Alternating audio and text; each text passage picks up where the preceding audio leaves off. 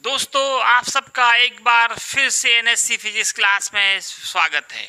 आज मैं आपके लिए बहुत ही इम्पोर्टेंट एपिसोड लेके आया हूँ। आज sent up examination 12th Bihar board के ऑब्जेक्टिव्स के सॉल्यूशन को लेके मैं आया हूँ। दोस्तों, इस बार के जो ऑब्जेक्टिव्स हैं उसका मैं एक एक करके आपको सॉल्यूशन बताऊंगा। इसका मैं 2 वीडियो बनाऊंगा क्योंकि काफ़ी लंबा हो जाएगा। बहुत सारे क्वेश्चंस हैं, 70 क्वेश्चंस हैं, तो मैं आधे एपिसोड में आधा करूंगा, फिर अगले में आपको आधे का बताऊंगा। तो दोस्तों, आपसे रिक्वेस्ट है चैनल को सब्सक्राइब करना, शेयर करना और लाइक करना ना भूलें। आइए हम शुरुआत करते हैं। दोस्तों, सेंटअप एग्ज़ाम 2021 का जो क्वेश्चन नंबर 1 है वह रिफ्रैक्टिव इंडेक्स से रिलेटेड है। क्वेश्चन कह रहा है, if A mu B is refractive index of medium A with respect to medium B, then which of the following relation is correct to refractive index. तो दोस्तों, यहाँ पे क्वेश्चन में थोड़ा सा मिसप्रिंट है। ए म्यू बी को ए म्यू बी को ए म्यू बी को दोस्तों बोलते हैं refractive index of B with respect to A, लेकिन इस क्वेश्चन ने उल्टा कर दिया है। यहाँ देखिए दोस्तों, क्या कह रहा है कि if A mu B is refractive index of medium A with respect to medium B. तो दोस्तों, इसमें से कौन सा सही जवाब होगा? इस क्वेश्चन के अनुसार तो सही जवाब ए होगा, लेकिन अगर सही क्वेश्चन लिखते हैं उसके हिसाब से क्वेश्चन बी होगा। लेकिन जो कि क्वेश्चन ने थोड़ा ट्विस्ट कर दिया है, उसके अकॉर्डिंग हमारा आंसर जो होगा वो ए नंबर होगा। अब आइए दूसरे नंबर क्वेश्चन पे। दूसरे नंबर क्वेश्चन में आपको दिखाया जा रहा है कि दोस्तों, जो रेज हैं वो लेंस से, कॉन्वेक्स लेंस है, उनसे रे बिल्कुल ही सीधे पास हो रहा है, कोई डेविएशन नहीं हो रहा है। तो दोस्तों, ये डेविएशन नहीं होने का मतलब है कि जितना रिफ्रैक्टिव इंडेक्स लेंस का है उतना ही दोनों साइड के मीडियम का है। जैसे ही मीडियम चेंज करता है, रिफ्रैक्टिव इंडेक्स चेंज करता है, वैसे ही रेज डेविएट हो जाती है। डेविएशन नहीं हुआ है, बिल्कुल जिस तरह से आई है वैसे ही चली गई है, कोई डेविएशन नहीं हुआ है, पैरेलल रेज है। इसका मतलब है दोनों ही मीडियम का रिफ्रैक्टिव इंडेक्स सेम है, मतलब जितना मीडियम का है उतना ही लेंस का है। तो सही जवाब इसमें से दोस्तों क्या होगा? सी नंबर होगा।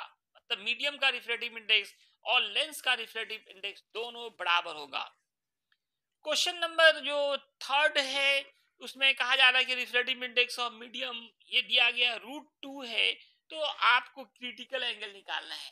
दोस्तों, क्रिटिकल एंगल का फॉर्मूला होता है साइन सी इक्वल 1/μ। तो 1/√2 करेंगे, 1/√2 साइन 45 का वैल्यू होता है, तो इससे आपका क्रिटिकल एंगल निकल गया 45 डिग्री। नेक्स्ट क्वेश्चन, इसमें आंसर हमारा बी नंबर हो गया। नेक्स्ट क्वेश्चन में करा, the image form by objective of compound microscope. Compound microscope के जो ऑब्जेक्टिव होते हैं वो कैसा इमेज बनाता है? कंपाउंड माइक्रोस्कोप में 2 लेंस लगे होते हैं। छोटा वाला जो ऑब्जेक्टिव कहलाता है वो ऑब्जेक्ट की ओर होता है, और जो बड़ा वाला होता है वो आई के तरफ होता है, जिसको हम आई पीस कहते हैं। तो इसमें जो है कंपाउंड माइक्रोस्कोप में जो ऑब्जेक्टिव होता है वो आपका रियल और इन लार्ज इमेज बनाता है। तो इसका जो सही जवाब होगा वो डी नंबर होगा। क्वेश्चन नंबर 5, इसमें कह रहा है कि what is the relation between path difference and phase difference. तो दोस्तों, इसका जो सही जवाब होगा वो बी नंबर होगा। फेज डिफरेंस इक्वल होते हैं 2π/λ into path difference. Question number 6 की बात करें दोस्तों, उसमें कह रहा the shape of source to produce spherical wave front. आगे आप जाके पढ़ेंगे spherical wave front, cylindrical wave front, plane wave front. तो ये जो एस्फेरिकल वेव फ्रंट होते हैं इनका जो सोर्स होता है वो पॉइंट सोर्स ऑफ लाइट होता है। तो सही जवाब 6 नंबर का हो गया दोस्तों, ए नंबर। अब है कि colour of light. Next question है, which of the following gives the information about the colour of light. मतलब प्रकाश का जो रंग है वो उसका इंफॉर्मेशन कौन देता है? एम्पलीट्यूड है, स्पीड ऑफ लाइट है, फ्रीक्वेंसी है, वेवलेंथ है। 4 ऑप्शन से सही जवाब होगा दोस्तों C number, that is frequency होगा। क्वेश्चन नंबर नेक्स्ट क्वेश्चन में कह रहा है कि कॉन्वेक्स लेंस का जो यूज है वो किस तरह के आई डिफेक्ट के लिए यूज होता है। ये तो हर कोई को पता है, 10th से आप पढ़ते आ रहे हैं।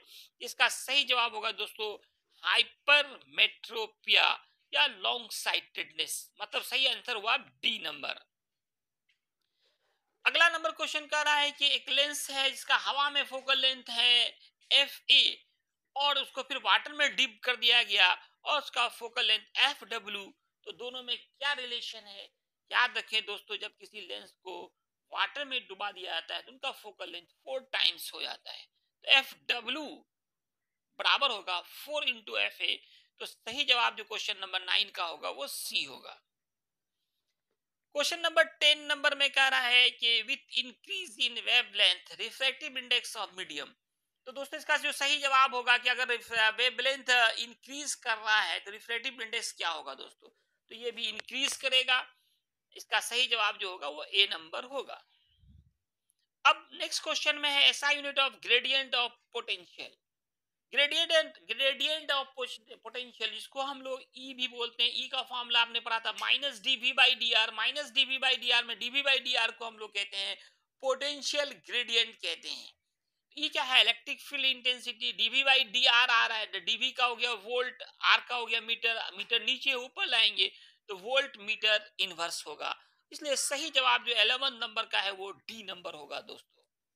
क्वेश्चन नंबर 12 में कह रहा है कि which of the following is correct for electric flux in SI unit over a closed spherical surface having charge q minus Q inside it.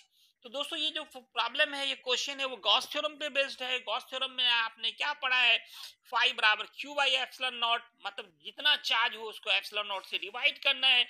Total charge यहाँ पे q माइनस क्यू दिखाया गया है, तो q minus Q by epsilon not इसका सही जवाब होगा।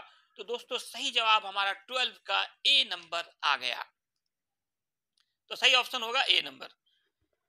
नेक्स्ट क्वेश्चन जो है दोस्तों, फिर इसमें आपको एक कह रहा है कि रिलेशन पूछ रहा है टर्क का formula. Torque on electric dipole line external magnetic field, ये फॉर्मूला आपने पढ़ा है। टॉप वेक्टर बराबर होता है P vector cross E vector. इसलिए सही जवाब होगा दोस्तों A number. 14 number question simple question है। इसमें कहा जा रहा है कि what is energy stored in capacitor. ये फॉर्मूला आपको प्रूव कराया गया है। क्या फॉर्मूला होता है दोस्तों? Half C V square. इसलिए 14 नंबर का सही जवाब हो गया ए नंबर। Expression of electrical potential potential energy stored in a capacitor क्या होता है? Half C B square. तो सही जवाब 14 का ए हो गया। नेक्स्ट क्वेश्चन है what is the value of dielectric constant of vacuum. Vacuum का निर्वात का जो डाइलेक्ट्रिक कांस्टेंट का जो मान है वो दोस्तों कितना होता है? 1 होता है। कितना होता है? 1। तो सही जवाब हो गया 13 का ए। 14 नंबर में एसआई यूनिट ऑफ रेजिस्टिविटी, ये हर कोई आप जान ही रहे हैं। इसका जो सही जवाब होगा दोस्तों क्या होगा दोस्तों? जो बी नंबर होगा ओम मीटर। 17 नंबर का क्वेश्चन कह रहा है कि vector form of Ohm's law, ये भी आपको क्लास में बताया गया है। ये सही जवाब होगा इसका ए नंबर।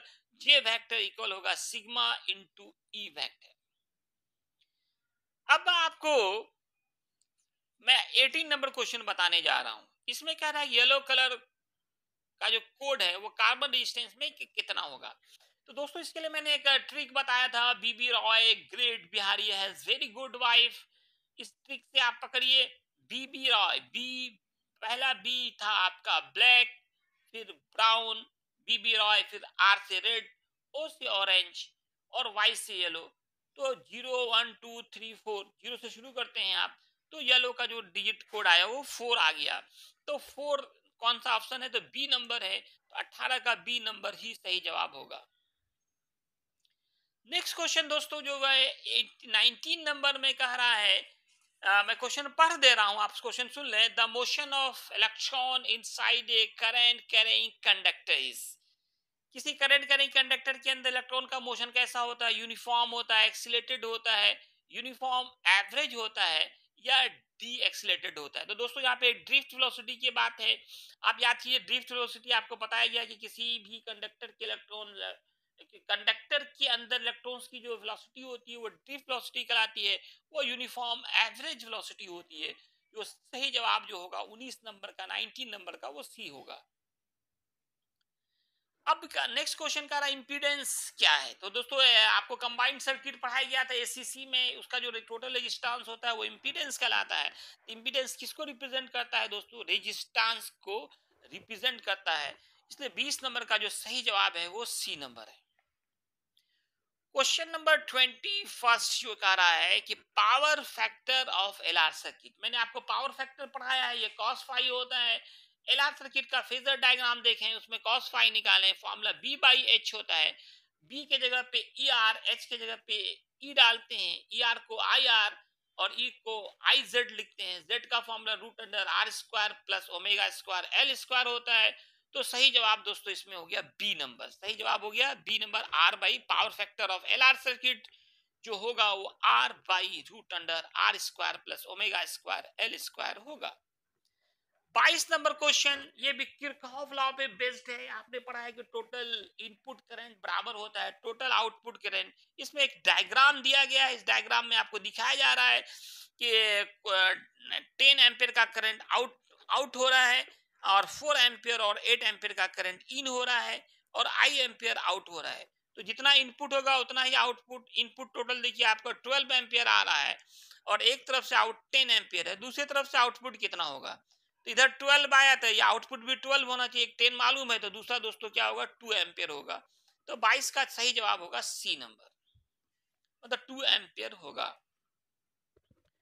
अब अगला क्वेश्चन में पढ़ रहा हूं, क्वेश्चन नंबर 23 नंबर में कह रहा है which of following relation is correct for magnetic field due to straight current carrying wire of infinite length. इसके लिए फॉर्मूला आया था दोस्तों mu naught by 4 pi 2 I by R. 2 I by R, यहाँ 2 कैंसिल कर दिया गया है तो mu naught I by 2 pi R ये सही जवाब होगा, जिसका सही जवाब आपका क्या आ रहा है दोस्तों? इसमें 23 का जो है ए नंबर आ रहा है। अब का the resistance of an ideal volt meter. Ideal volt meter का दोस्तों जो रेजिस्टेंस होता है वो इनफाइनाइट होता है। आइडियल मतलब आदर्श हुआ, आदर्श वोल्ट मीटर हुआ कहलाएगा जिससे कोई करंट पास नहीं हो। कोई करंट कब पास नहीं होगा? जब रेजिस्टेंस इनफाइनाइट हो। नेक्स्ट क्वेश्चन में दोस्तों पढ़ रहा हूं, क्वेश्चन का विच of the following value of alternating current is measured by hot wire ammeter. Hot wire ammeter से कौन सा वैल्यू नापा जाता है? तो दोस्तों ये जो होगा वो आरएमएस वैल्यू इसका सही जवाब होगा। 25 का जो बी नंबर होगा root mean square value, RMS value ही सही इसका आंसर होगा। तो 25 का आंसर हो गया हमारा बी नंबर। अब कर रहा है which of the following is correct for work done in the deflection of a magnet in a uniform magnetic field. Work done का फॉर्मूला आपने ड्राइव किया था दोस्तों, याद कीजिए क्या फॉर्मूला था? वर्क डन का सही जवाब जो होगा इसमें से W R M B into 1 minus cos theta, M B into 1 minus cos theta. अब 27 नंबर में कह रहा है दोस्तों कि what is the SI unit of magnetic flux. SI unit of magnetic, हर कोई जान रहे होंगे, उम्मीद है कि इनका जो सही जवाब होगा वो वेबर होगा। 27 का सही जवाब बी नंबर हुआ जो वेबर है। अब angle of dip of earth magnetic pole, the angle of dip at earth magnetic pole. ये भी क्वेश्चन आपको काफी बार एग्जाम में भी पूछा गया है, मैंने भी पूछा आपको टेस्ट में कि एंगल ऑफ ये एंगल ऑफ डीप का जो वैल्यू होता है मैग्नेटिक अर्थ का मैग्नेटिक पोल पे एंगल ऑफ डीप का वैल्यू 90 डिग्री होता है। ये इक्वेटर लाइन की बात होती है। एक क्वेश्चन हो सकता है कि एग्जाम में इक्वेटर लाइन पे हो तो वहां पे आप 0 डिग्री आंसर देंगे। नेक्स्ट क्वेश्चन, क्वेश्चन नंबर 29 में पढ़ रहा हूं। 29 क्वेश्चन में कह रहा the ratio of magnetic field in the end on and broad on position of a very short bar magnet. End on and broad on position, पहले end on है बाद में ब्रॉड ऑन है। तो दोस्तों इसका सही जवाब जो बी नंबर होगा 2:1 होगा। इसी क्वेश्चन को हो सकता है बोर्ड एग्जाम में पलट दिया जाए, पहले ब्रॉड ऑन हो बाद में इंड ऑन हो, तब आपका आंसर 1:2 होता है। लेकिन इस क्वेश्चन के अनुसार अभी जो पूछे गए हैं सही जवाब बी नंबर में होगा। क्या होगा दोस्तों? 2:1 होगा। 30 नंबर क्वेश्चन में कह रहा है which of the following does not exist. कौन एग्जिस्ट नहीं करता है? तो इसमें ऑप्शंस में पढ़ रहा हूं, single electric charge, single magnetic pole, electric dipole and magnetic dipole. तो दोस्तों बताया गया था कि किसी भी मैग्नेट को चाहे कितनों भी छोटे टुकड़े में डिवाइड कर दिया जाए, उसमें दो पोल होता ही है, कभी भी ये मोनोपोल के रूप में नहीं होता है, कौन एग्जिस्ट नहीं कर सकता है। तो दोस्तों 30 नंबर का जो सही जवाब होगा वो बी नंबर होगा, सिंगल मैग्नेटिक पोल एग्जिस्ट नहीं करता है।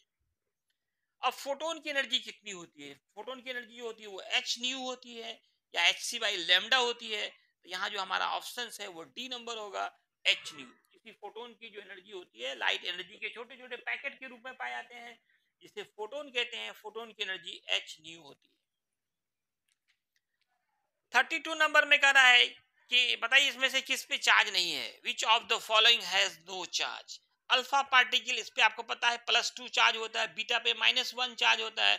फोटोन जो ये ही न्यूट्रल है, प्रोटोन है, प्रोटोन पे प्लस चार्ज, और फोटोन जो होता है वो न्यूट्रल होता है, इस पे कोई चार्ज नहीं होता है। तो सही जवाब जो होगा दोस्तों 32 नंबर का वो सी नंबर होगा। 33 नंबर में कह रहा है कि which of the following is equal to the wave number. Wave number का फॉर्मूला होता है 1/λ। तो सही जवाब होगा दोस्तों बी नंबर, 1/λ। 34 नंबर में कह रहा है कि आपको एक क्वेश्चन दिया गया है, the total number of neutrons in atom. Uranium दिया गया है, नीचे 38 है, ऊपर 235 है।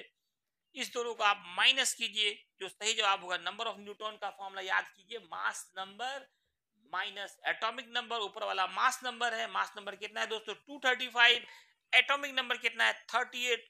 दोनों को माइनस किया जाए, 235 माइनस 38 माइनस कीजिए। तो इसमें से सही जवाब जो ऑप्शंस में पढ़ रहा हूँ 197, 123, 143 और डी 163। तो माइनस कर रहे हैं, 8 7 15, तो 7 आ गया। तब तो आपको ज्यादा घटाने की भी जरूरत नहीं है, सही ऑप्शन ए नंबर आ गया। Logic gates. लॉजिक गेट्स में आपका दो तरह का होता है, बेसिक और मिक्स्ड। बेसिक गेट्स जो होते हैं 3 होते हैं, एंड और नॉट। तो सही जवाब दोस्तों हो गया डी नंबर। ये था 35 नंबर क्वेश्चन, जिसका सही जवाब हुआ डी। और गेट, एंड गेट और नॉट गेट का नाम बेसिक गेट्स होते हैं। 36 नंबर में कह रहा है कि 1+1 का क्या वैल्यू होगा बाइनरी सिस्टम। बाइनरी सिस्टम उसको कहते हैं इसमें केवल 2 ही डिजिट होते हैं, 0 और 1 होते हैं, उसको बाइनरी सिस्टम कहते हैं। तो बाइनरी सिस्टम में 1+1 अगर जोड़ते हैं ये 2 होता है, और 2 का बाइनरी वैल्यू होता है 1 0। तो दोस्तों सही जवाब जो होगा 36 नंबर का वो बी नंबर होगा, मतलब 1 0 होगा। क्या होगा दोस्तों 1 0 होगा, 1 0 होगा। दोस्तों 37 नंबर जो क्वेश्चन है, 37 नंबर जो क्वेश्चन है, इसमें एक सिंबल दिया गया है। ये लॉजिक गेट्स का सिंबल है, ये एक्चुअल में नैंड गेट का सिंबल है, नैंड गेट। तो इसका जो सही जवाब होगा वो डी नंबर होगा। आप मॉडर्न फिजिक्स में ये पढ़ेंगे, अभी मॉडर्न फिजिक्स की पढ़ाई नहीं हुई है। जब मॉडर्न फिजिक्स होगा तो वहां पे आपको सारा लॉजिक गेट सिंबल सब बताए जाएंगे। 38 नंबर जो क्वेश्चन है, कह रहा है कि इसमें से कौन जो है फंडामेंटल पार्टिकल्स नहीं है। 38 नंबर क्वेश्चन में इसमें जो आपका 4 ऑप्शन है, मैं ऑप्शन को पढ़ रहा हूँ कि न्यूट्रॉन, प्रोटॉन, अल्फा पार्टिकल और इलेक्ट्रॉन। शायद इससे आसान कोई क्वेश्चन नहीं हो सकता है। हर किसी को पता है कि fundamental particles electron, proton, neutron होते हैं। तो इसमें से कौन सा कह रहा कि नहीं होते हैं, नॉट ए फंडामेंटल पार्टिकल। तो दोस्तों सही जवाब जो होगा वो सी नंबर होगा, मतलब अल्फा पार्टिकल होगा। वीडियो ज्यादा लॉन्ग हो रहा है दोस्तों, इसलिए मैं इसको यहीं पे विराम दे रहा हूँ। अगला एपिसोड में मैं नेक्स्ट सारे क्वेश्चन को आपको बताऊंगा, जल्द ही बताऊंगा।